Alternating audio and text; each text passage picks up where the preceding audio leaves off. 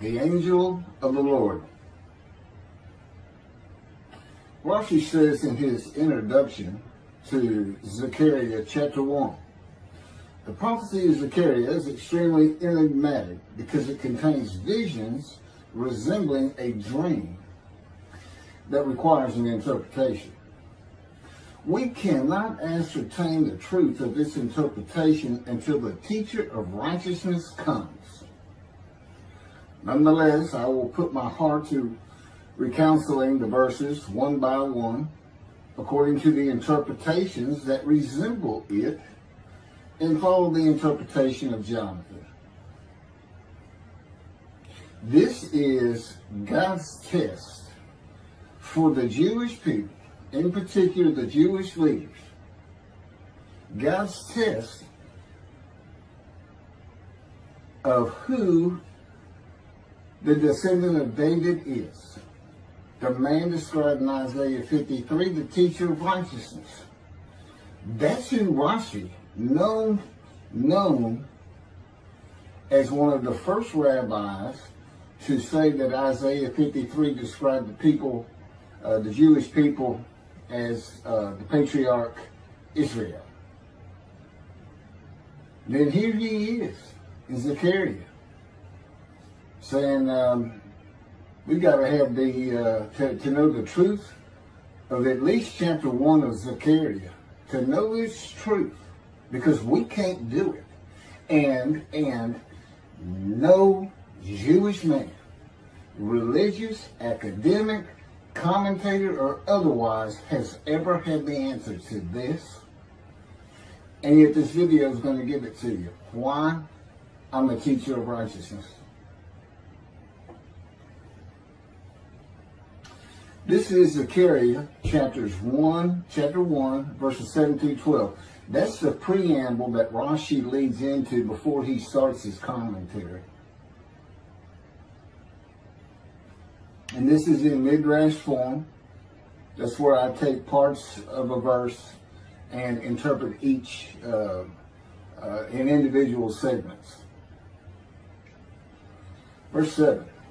On the 24th day of the 11th month of the second year of Darius, the month of Shabbat, this word of the Lord came to the prophet Zechariah, son of Berechiah, son of Edo. This word of the Lord.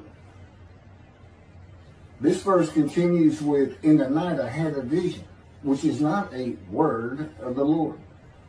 The word of the Lord coming to Zechariah means the messenger of the words of God has come to Zechariah, who is the angel of God's presence, and the word of the Lord. Literally, that's his name. He has alighted upon Zechariah to bring a vision from God. Not a word, a vision. Verse 8. In the night I had a vision. I saw a man mounted on a bay horse standing among the myrtles in the deep, and behind him were bay, sorrel, and white horses. In the night I had a vision. There's a man on a horse standing in the myrtles. He is later referred to as the angel of the Lord, standing in the myrtles. The angel of the Lord alights upon and enters men, and my name, Hashem, is in him and can speak through the man. Zechariah has an angel with him who is his guide in the vision.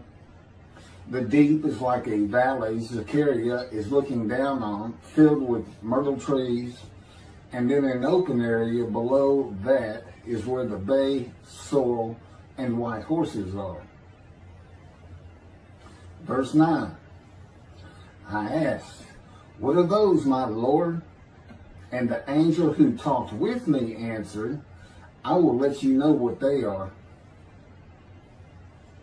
What are those, my Lord? Zechariah is not talking to the angel. That's an angel.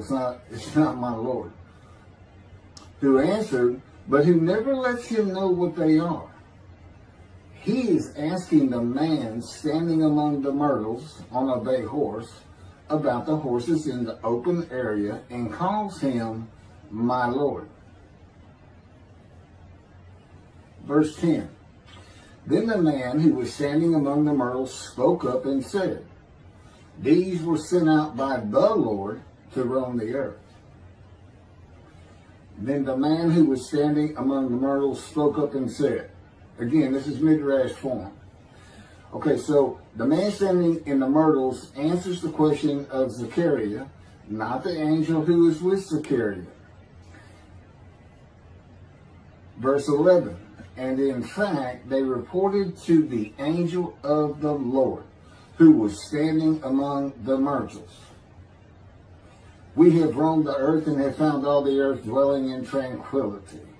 And it's just like a dream. We have horses talking. You know, they could have been birds. Anything that can go far and go a long ways out and then come back.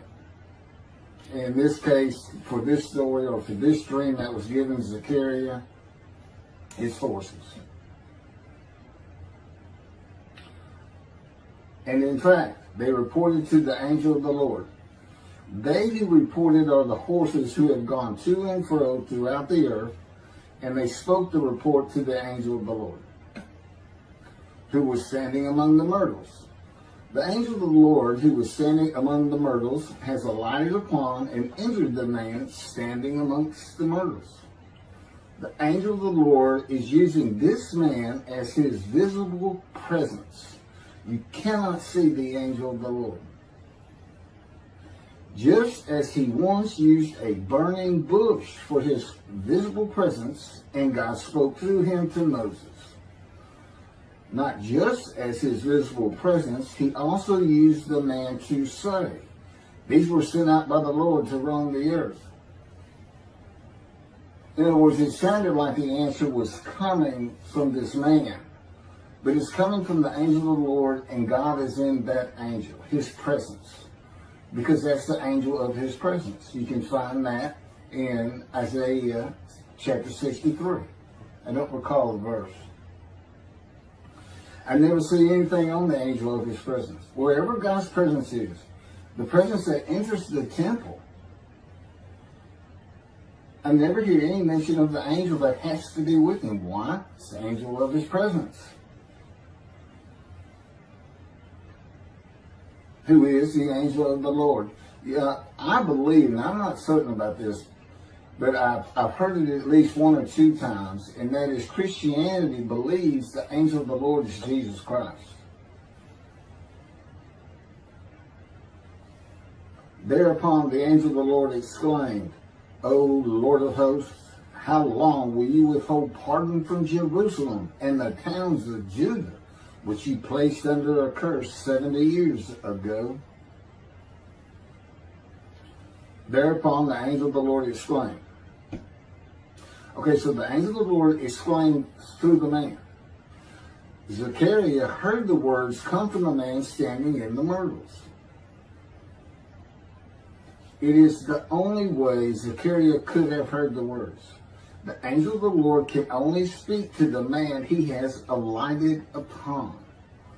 Ezekiel describes this as, a spirit entered into me and set me upon my feet, and I heard what was being spoken to me. O Lord of hosts, how long will you withhold pardon from Jerusalem and the towns of Judah, which you placed under a curse 70 years ago?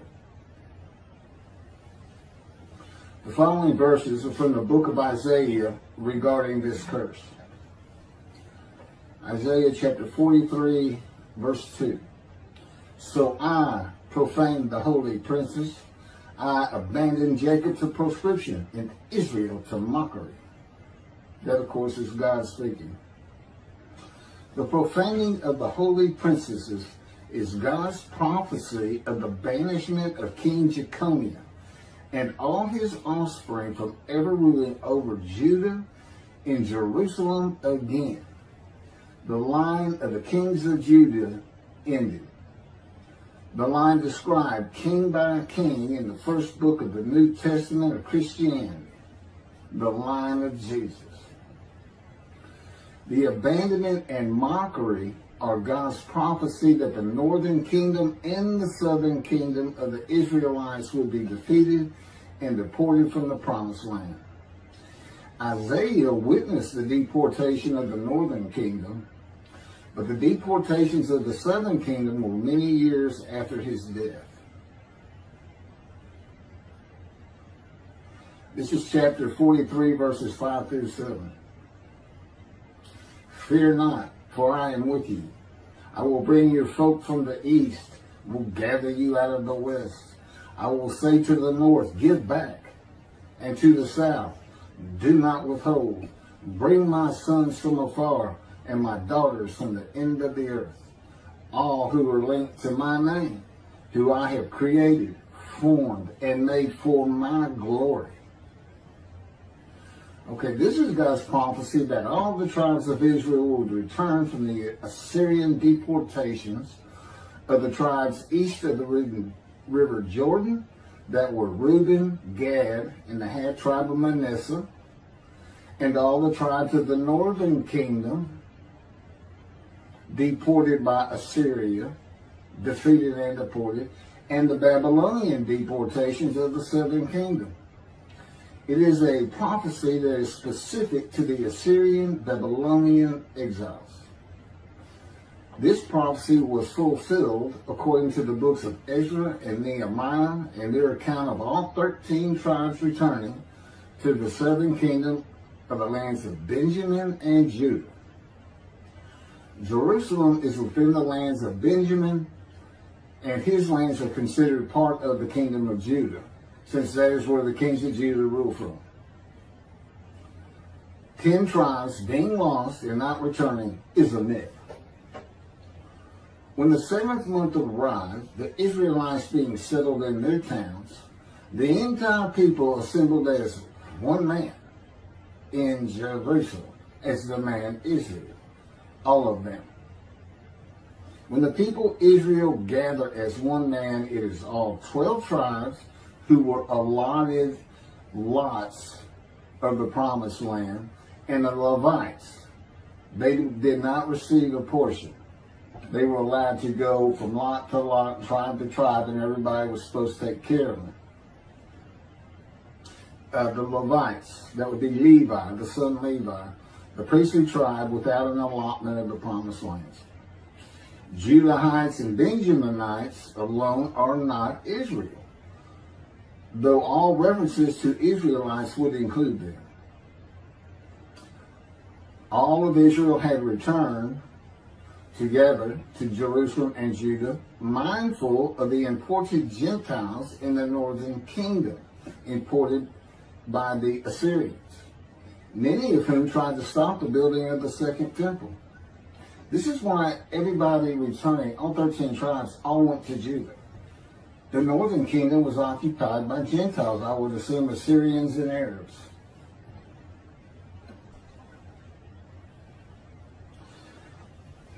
This is 1 Chronicles chapter 9, verses 2 and 3. The first to settle in their towns on their property were Israelites, priests, Levites, and temple servants, while some of the Judahites and some of the Benjamites and some of the Ephraimites and Manassesites settled in Jerusalem. That would be Ephraim and Manasseh. Manasseh was such a large tribe, it had to be broken in. It was broken in two. Half of it set up, their allotment was east of the river Jordan by about where Edom would be. And well, that was the tribe of Gad. Not Edom, Gilead, where the Tishbite, Elijah, the Gentile, was an inhabitant. Ramoth Gilead. Manassites, Ephraimites, and Judahites were the tribes with the largest allotment of the lands of Abraham, and Jerusalem is in the lands of the Benjamites. Those are who just got mentioned. The 3 largest lot owners, okay, Benjamin, that's where Jerusalem is, he's important, and of course the priests, the Levites. So Ephraim and Manasseh were not lost tribes, as many believe from writings outside of the Bible. There never were lost tribes according to the Bible. Okay, so all 13 tribes returned and settled in new towns. The accounts of the deportations indicate there was not much left of the old towns. There is no account of how the new towns were settled, though it is unlikely it was based on prior ownership. The exile lasted too long for the deported owners to still be alive, and the tribes of the northern kingdom had to build new towns to live in. It also says the Levites settled in on their lands. So everybody had to pick and choose, and I'm sure the strong and wealthy got the best places, and again, many just settled in Jerusalem. Okay, this is Isaiah chapter 43, verse 14. Thus said the Lord, your Redeemer, the Holy One of Israel, for your sake I send to Babylon. I will bring down all her bars, and the Chaldeans shall raise their voice in lamentation. This is God's prophecy that Assyria would be conquered by the Babylonians, who were defeated by the Chaldeans. But they actually go back and forth and actually became somewhat intermingled, Chaldeans and Babylonians. And that he would raise up the Gentile anointed king Cyrus of Persia to conquer them, to clear the way for all the tribes to return. That's how he cleared the way to the desert or made rivers for them. Basically, he got Cyrus to release them. Chapter 43, verse 25. And I never hear anything about this. It is I who, for my own sake, wipe your transgressions away and remember your sins no more. Okay, this is God doing, and he says there's something new. I'm going to do something new for the Israelites. This story repeats with a new covenant that includes sin forgiveness of the Jewish people that arise with Elijah and the angel of the covenant after the exiles of the Roman dispersal return to the land of Israel in a time to come. That's in Jeremiah chapter 31. The Jewish people have returned from the Roman dispersal of them throughout the world, the diaspora, which means outside of the promised land, outside of Israel, to a land that lay desolate for more than 2,000 years until after the Holocaust, and they created the state of Israel in 1948. 70 years later, and that's funny too, because they talk about a curse of 70 years. That 70 years, I believe, just applies to the last of 3 deportations of Judah and the defeat by the Babylonians, because the northern kingdom had been defeated and deported long before that, and the first to be defeated and taken to the lands of Assyria was Gad, the half tribe of Manasseh, the lands east of the river Jordan. 70 years later, the land blooms again. Jerusalem has been rebuilt as a great city, larger than it was in ancient times. According to God's words in Jeremiah 31, the time to come to deliver the new covenant with sin forgiveness is here. That's very important for the interpretation of at least chapter 1 of Zechariah. That means the angel of the covenant that you desire of Malachi 3 is on his way, followed by God and the messenger Elijah. And when God's third temple is built, he will return to it suddenly. This is the day of the Lord. That's Malachi chapter 3. Now, Zechariah is in Jerusalem, and the construction on the second temple is about to begin. Isaiah has written God's words of sin forgiveness, which would have removed the curse long before this, when they were returning, when the remnant of the 13 tribes was returning. And the angel of the Lord proclaims, O Lord of hosts, How long will you withhold pardon from Jerusalem and the towns of Judah, which you placed under a curse 70 years ago? Okay, this vision of Zechariah and the words of the angel of the Lord through the man standing in the myrtles regarding the curse 70 years ago is to make Zechariah think and try to understand why the angel of the Lord would say this. From his perspective, the curse was lifted. He was back in Jerusalem with all the tribes preparing to build the second temple. The vision is for Zechariah to find out how and when the curse was lifted. And that's important today, because this is the day of the Lord. The new covenant is here, and every single Jew throughout the world is forgiven of their sins right now. And that message has been given to me to be delivered. And it's not getting out there.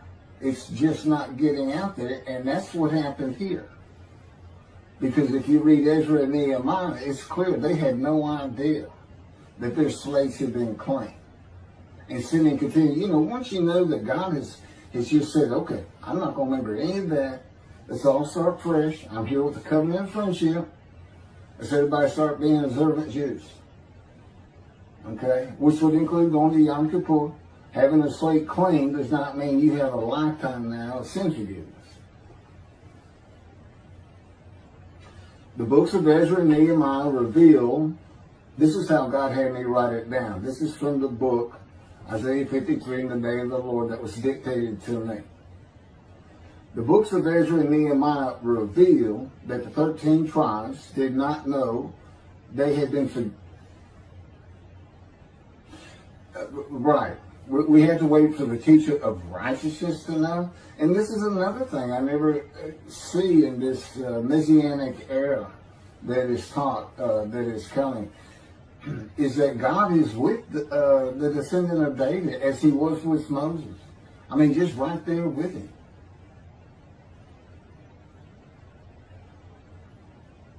The books of Ezra and Nehemiah reveal that the 13 tribes did not know they had been forgiven of their sins to be a holy seed in the building of the second temple. If people know they have been forgiven and have a clean slate from past transgressions against God and his laws, they are more likely to stop their sinful ways and abide by his laws in the future. The scroll of Isaiah needs to be found and interpreted by Zechariah and the religious leaders so they will know of God's forgiveness of their sins. God will be returning before the temple is built. That would be the third temple, to test the devotion of his righteous servant and make him suitable for his purpose, which might prosper. That includes the building of the third temple. This would begin when his spirit alights upon the anointed one, Moshiach. His presence with his righteous servant will be necessary for the temple to be rebuilt. Islam will not freely hand over their third most holy site to Israel and abandon the Dome of the Rock Mosque, a mosque that sits on the Temple Mount purchased by King David for God, the most holy site of the Jewish people. With God is the angel of his presence who is already on the way. You want me to skip that? Okay, this has been covered in other videos more than once.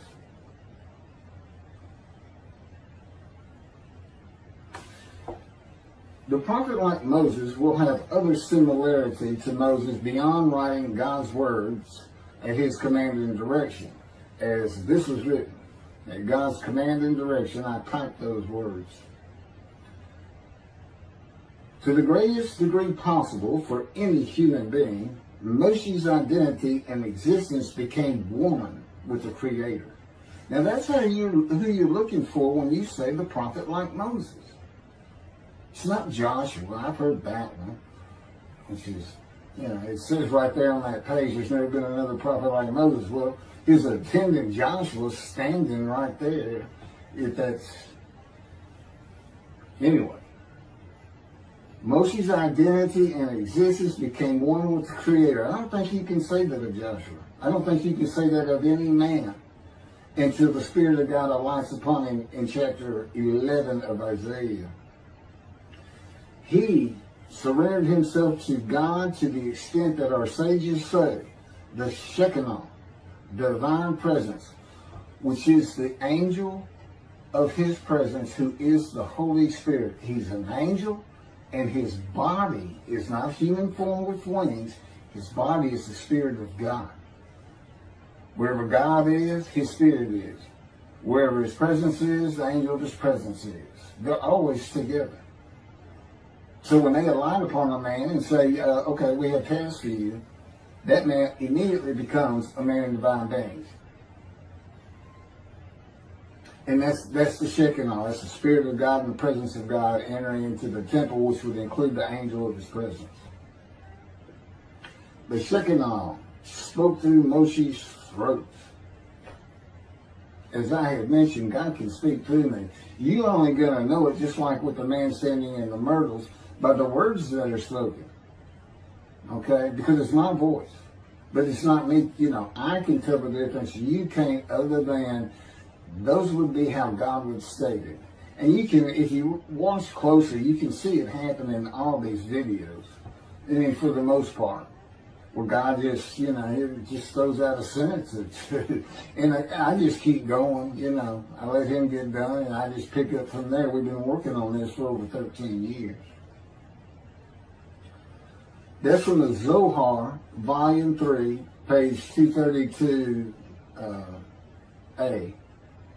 And then it says, i.e., he was God's veritable mouthpiece on this earth.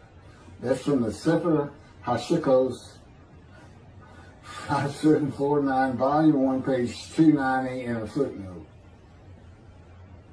The prophet, like Moses, will also have the answer to these questions. Quote, the great Jewish philosophers try to understand the question of how Moses heard God literally. Some insisting that God spoke actual words and Moses heard them with his ears, while others suggest that God's speech was communicated silently to Moses' intellect and only uttered in sound by Moses himself. Maimonides, Rambam, even as he affirmed the communication between God and Moses as a fundamental Jewish belief, ultimately conceded the mysteriousness of that process. The entire Torah reached Moses from God in a manner which is figuratively described as speech, but no one has ever known how that took place except Moses himself, whom that speech reached. That's commentary on the Mishnah, Sanhedrin, chapter 1. Well, I have the answers, and I've been telling you the answers. God is in his Spirit. Spirit enters into you, because we find it in Ezekiel. There's where God tells you. God was telling Ezekiel, Ezekiel, get up on your feet. Ezekiel says, at that very moment, a spirit entered into me, and I could hear the words of God. There it is. When he enters him. Now, he's not hearing that through his ears. There's the first question answered. It's not to your ears. And there is a silent knowing. That's what we call it, or what God has taught me. Now, generally, I just hear words as though they came in through my ears and they're in my mind, as though my eyes and my ears had perceived. But he can put just knowledge into my mind without uttering a word. And it's kind of can be pointed out easiest with when he comes to a man, and like he came to Samuel, and Samuel just says, here I am. It's as though before he speaks to you, and this is what happened with me, he put in a knowledge in my mind that the God of creation was about to speak to me. And so when he did speak, it was as though he had always been there speaking to me. Not unlike how